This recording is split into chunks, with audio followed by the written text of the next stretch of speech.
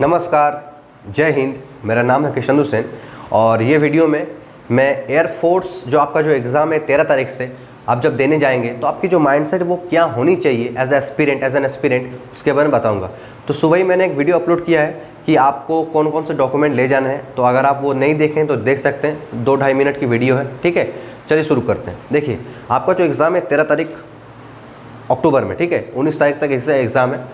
अब देखिए, आपका प्रिपरेशन जो भी है, आपका प्रिपरेशन कम भी हो सकता है आपके हिसाब से, या फिर एवरेज हो सकता है, या फिर काफ़ी बढ़िया हो सकता है, ठीक है। ये 3 तरह की अवस्था हो सकती है।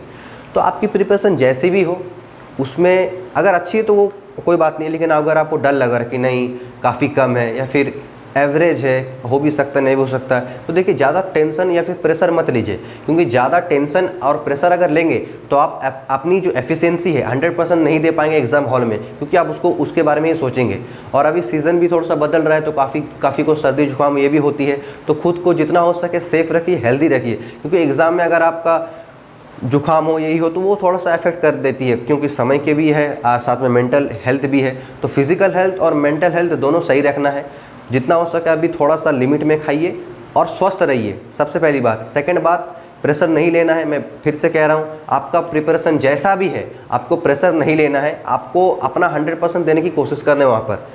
थर्ड चीज़ जो मैं बताऊँगा वो है टाइम मैनेजमेंट। टाइम सेव नहीं, टाइम को मैनेज करना है वहाँ पर। देखिए, इंग्लिश में तो किसी को दिक्कत नहीं आएगी। टाइम के लिए, टाइम की बात करूँ, इंग्लिश में किसी को दिक्कत नहीं आएगी, क्योंकि 20 क्वेश्चंस के लिए 20 मिनट दी जाती है, तो इंग्लिश में तो कोई दिक्कत होगी नहीं, ठीक है। अब बात जो मेन टाइम टेकिंग जो एस्पेक्ट्स है वो है आपकी रागा सेक्शन, ठीक है। रागा में आपको 30 क्वेश्चन दी जाती है और 25 मिनट आपको समय मिलता है।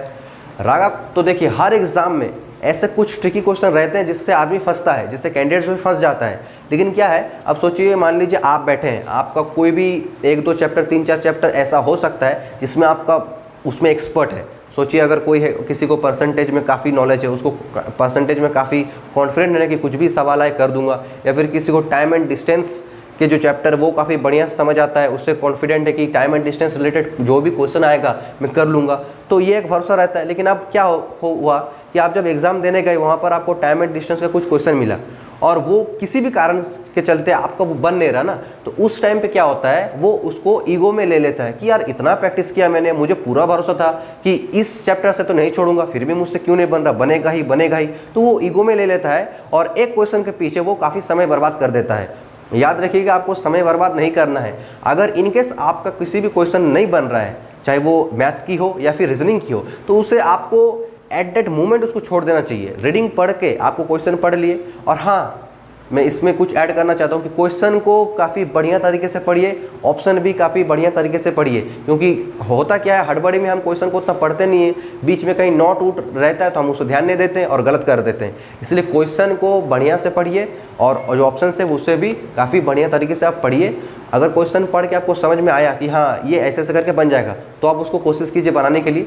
इन केस अगर आपको क्वेश्चन पढ़ के समझ ही नहीं आया कि वो कैसे बनेगा, तो उस पर ज़्यादा समय मत बर्बाद कीजिएगा, आपको नेक्स्ट क्वेश्चन में मूव करना है। क्योंकि याद रखिए, सिर्फ 25 मिनट मिलता है 30 क्वेश्चन के लिए, ये कम पड़ जाता है, क्योंकि रीजनिंग में नॉन वर्बल ऐसे भी रीजनिंग रहते हैं जिसमें काफ़ी टाइम लगता है, क्योंकि मुझे भी लगा था, मैं ये 2 बार एग्ज़ाम दे चुका हूँ, ठीक है। तो इसलिए मैं कह रहा हूँ कि जिसमें आपको लगे कि ये मुझसे नहीं बन रहा है, तो उसे ईगो में नहीं लेना है, उसे छोड़ देना है, ठीक है। और हो सकता है कि आप सोचिए, सबसे पहले जब इंग्लिश का ही पेपर आएगा आपके सामने 20 क्वेश्चन, हो सकता है क्या हुआ, आपका इंग्लिश में प्रिपरेशन उतना अच्छा है नहीं, और आपको पहले से पता कि इंग्लिश में उतना अच्छा प्रिपरेशन है नहीं, साथ में आप जब एग्ज़ाम स्टार्ट किए तो आपका पहला 5 क्वेश्चन बना ही नहीं। तो इसमें ज़्यादा घबराइए मत कि नहीं बना तो अरे क्या हो गया, ऐसा नहीं। क्योंकि मैं अपनी बात कर रहा हूँ, जब मैंने अपना लाइफ में जो पहला एग्ज़ाम दिया था कॉम्पिटिटिव लाइन में SSC GD का, वो था 2 दिसंबर 2021 कोलकाता में, ठीक है।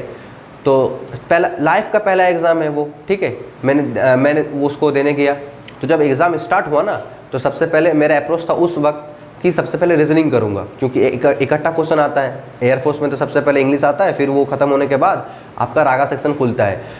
लेकिन GD में क्या है, इकट्ठा आपको क्वेश्चन मिल जाएगा, आप किसी को भी अटैम्प्ट कर सकते हैं। तो मेरा सब स्टार्टिंग में अप्रोच था कि मैं रीजनिंग करूँगा, ठीक है। तो अब रीजनिंग अप्रोच था, तो जब रीजनिंग का जो पेपर आया, पहला 5 क्वेश्चन मुझसे बना ही नहीं, तब 25 क्वेश्चन आता था, अभी 20 होता है।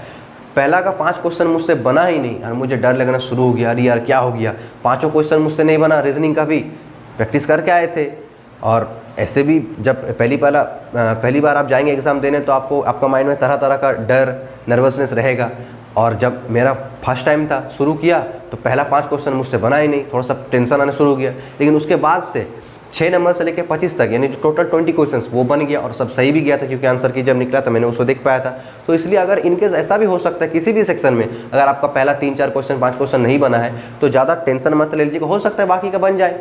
लेकिन अगर आप काफ़ी ज़्यादा प्रेशर ले लेंगे ना खुद में तो बाकी का होने से भी नहीं होगा, क्योंकि उस टाइम ऐसे ही एक नॉर्मल आपका अंदर, आप कितने भी बड़ी महारथी हो, आपके अंदर एक नर्वसनेस काम करती है, सबकी करती है, ठीक है। साथ में अगर आप और उसको अपने आप को प्रेशर देंगे, अपने आप को और नर्वस करेंगे तो छोटी छोटी जो चीज़ है वो भी हमें नहीं दिखेगी क्वेश्चन में, ठीक है। तो इससे गलती होने की काफ़ी चांस बढ़ जाती है, इसलिए ज़्यादा टेंशन मत लीजिए। कोई एक्सपेक्टेड कट ऑफ कुछ भी बोल रहा है उसमें टेंशन मत दीजिए, आप जितना हो सके उतना दीजिए। हाँ, अगर आप सच में 40 पार कर सकते हैं तो एकदम सेफ जोन में है, एकदम, मैंने आपको सोचने का ही नहीं है, आप होगा ही।